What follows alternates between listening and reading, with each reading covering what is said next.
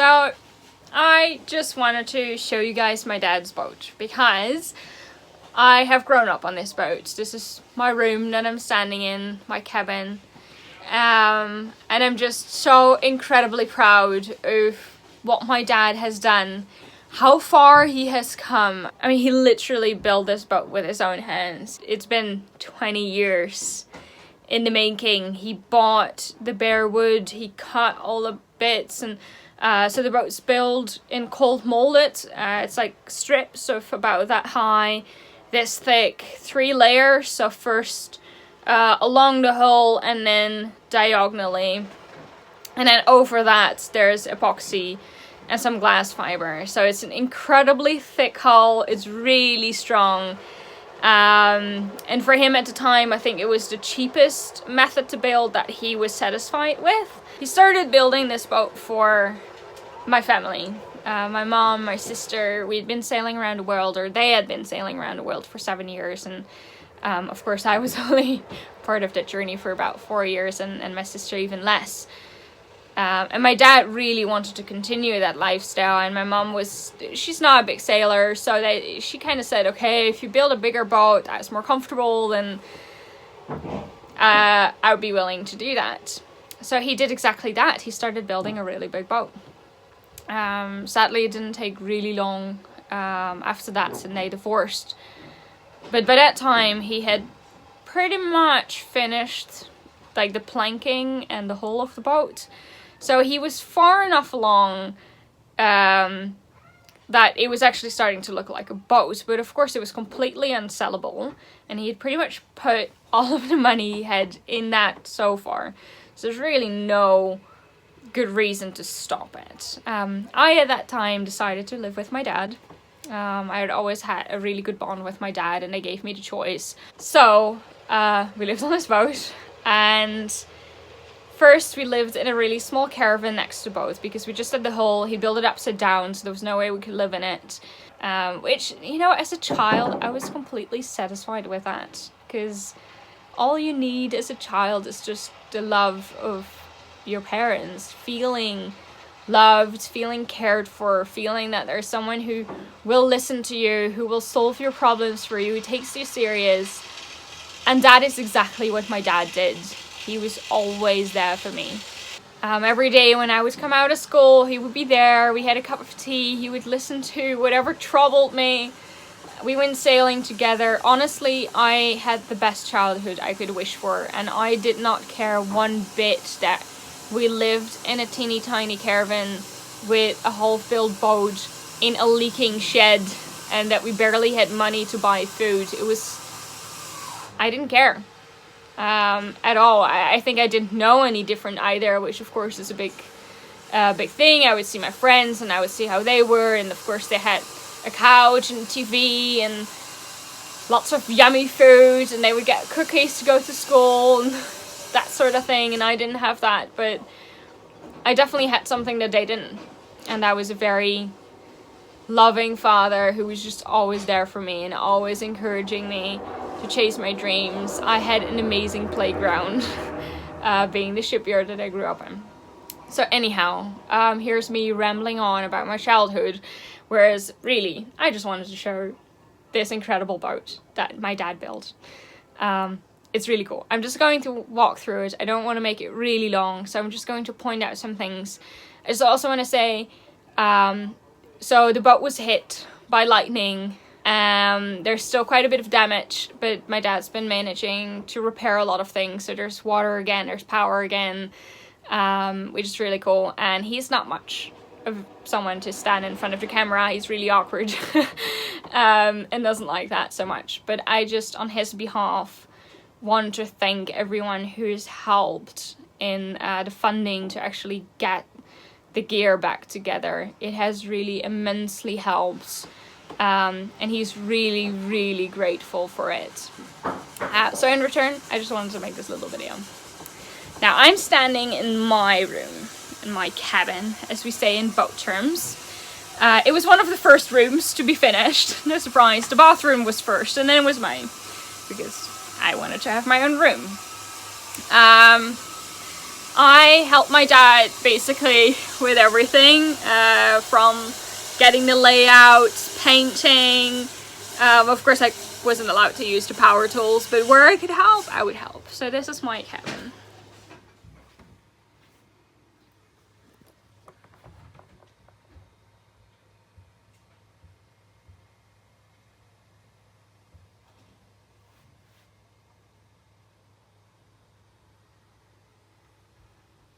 So yeah, my cabin is on port forward, and now I'm going to show you the starboard forward cabin. So you can see here a panel has been taken out. That's because of the lightning strike. There's an electric box here and it's been fried. So there's still some electrical work to do around here, but you can see really nicely the mast support. This is the main mast support that he's made. Then here's a bunk. There's a bunk. This is the panel that goes in there.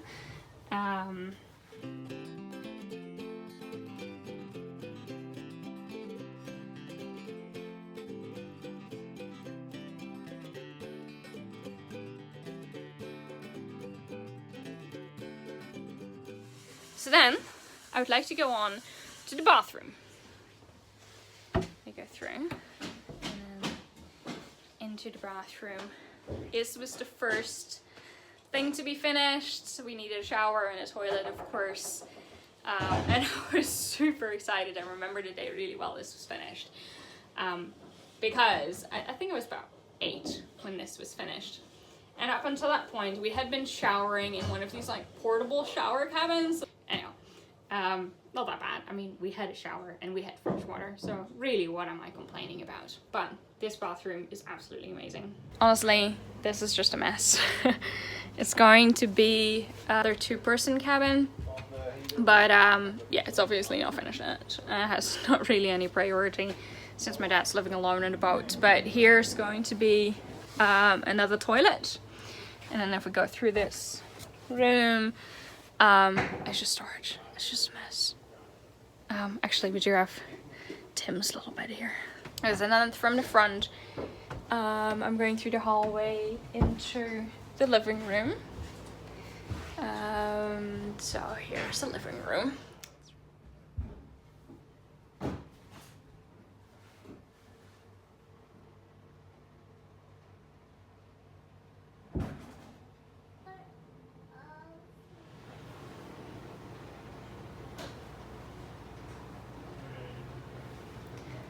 So this is the inside dining area.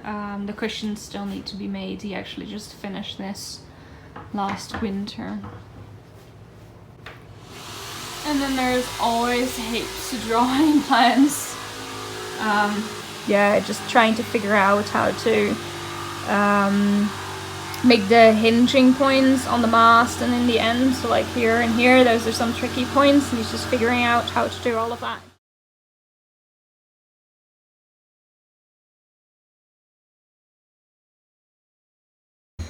So then obviously here we have the galley.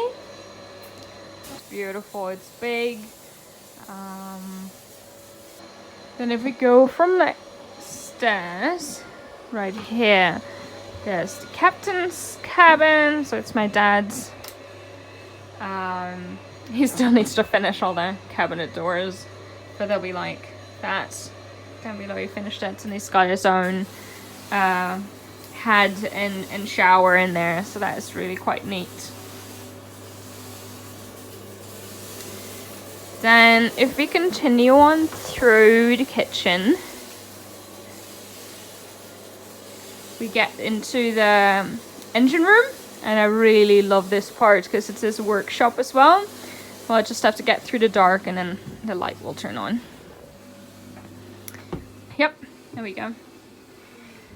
So this is beautiful. I mean, it looks incredibly messy, right? I mean, it's working and all that, but this is amazing, and he really needs it since he really fabricates everything himself. So right here, there's the lathe, and here's a new multi-plus, which was fried by the lightning. In here are all the fuses and circuit breakers and all that, and actually quite a lot of the relays and things like that, like these things, were fried as well. Then here there's all the solar charge regulators. A couple of those were fried. Yeah, it's really quite sad, but he's replaced a lot of it already, so that was really nice of Victron to help with us. And there's a smaller 800 watt up there. Actually, here's the old one, and it's a funny thing because you can't really see anything that's obviously wrong with this. There has been some other parts and things where we can obviously see that the lightning has gone through, but the inverter charger, we can't see anything, but it's definitely fried. And here's one of the old solar regulators and some other bits and pieces that my dad's taken apart to see if there was any way he could fix it. But yeah, a lot of it is sadly broken, and just simply needs to be replaced. So yeah, all the parts from his wishbones, which are up on deck, but he fabricates all of these parts himself. And these are also from the wishbones, and there will be, he's still gonna have to turn some blocks that go in there.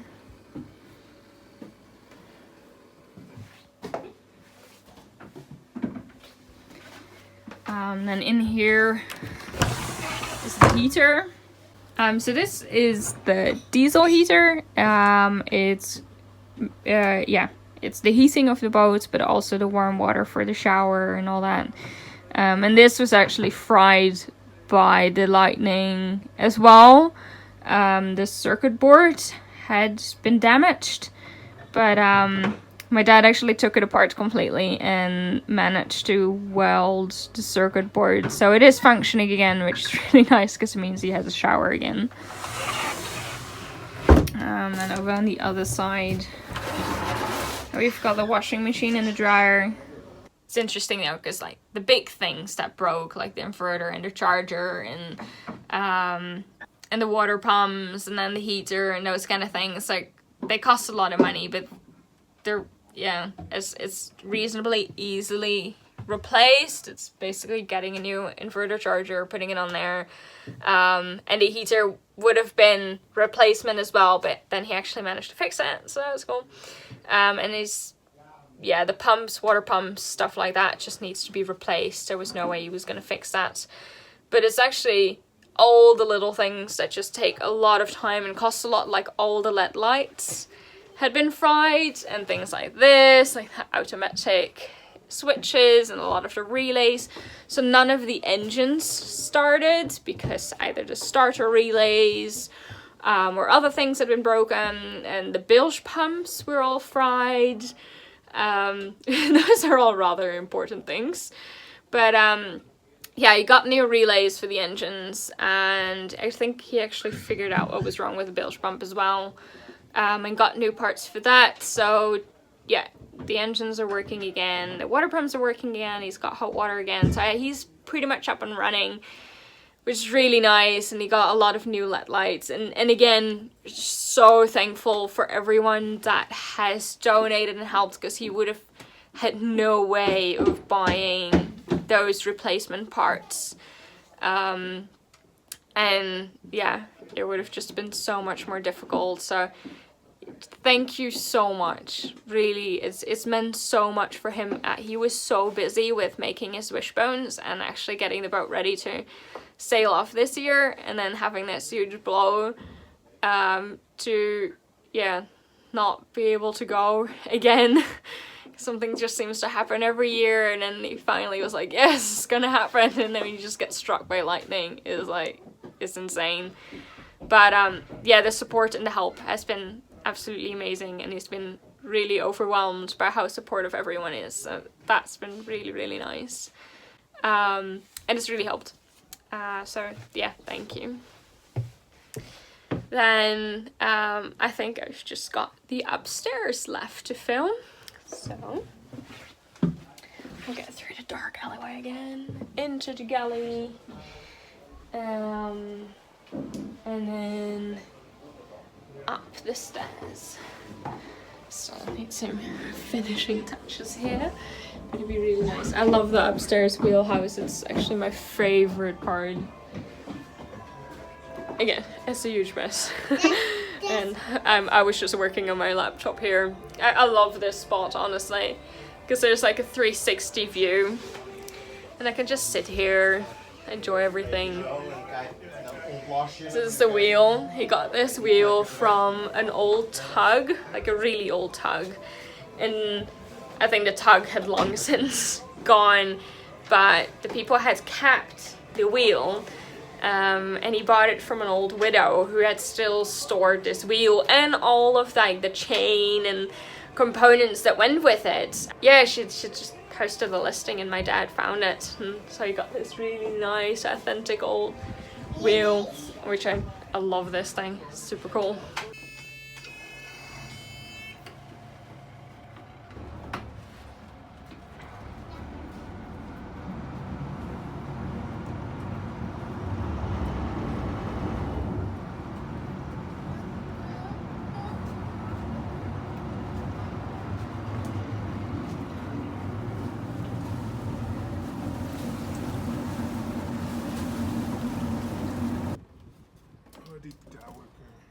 Ja, zo wel, ja. Zo kracht.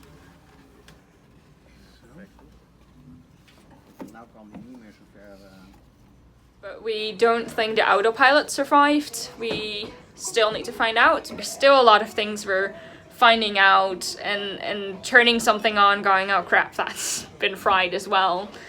It's just so many little things. It's amazing actually what the lightning did, because it seems to be a really high voltage for just a very short time, but not a lot of amperage. So it jumped in some places several centimeters across to something else, but it must have been very short, because it didn't, like, in often cases you don't even see the damage, or it's like really little. It's definitely damaged and there's no way we can repair it. Luckily it's well grounded, so at least the boat itself, like the hull, didn't sustain any damage. Okay, so I'll just do a quick round over deck.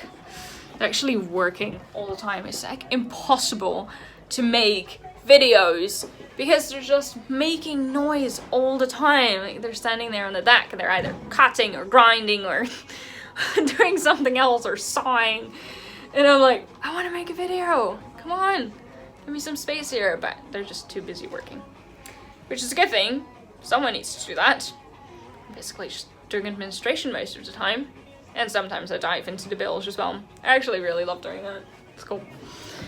Right, so we'll go outside. It's a nice nameplate. It's called Havørn, and it's actually named after the original boat, which my parents saw in the Caribbean. And it was named Havørn. It was not exactly the same, but it's where my dad got the idea to build this boat, and he really fell in love with that kind of boat. So he made up some drawings and did some measurements, and this was back in 93, I think, maybe even earlier, 91, 92. Anyhow, that boat sunk, and they were actually on board when it sunk, which was very sad, of course. And then he decided to one day rebuild it, and here it is. So he gave it the same name. It means like sea eagle, I think, in English.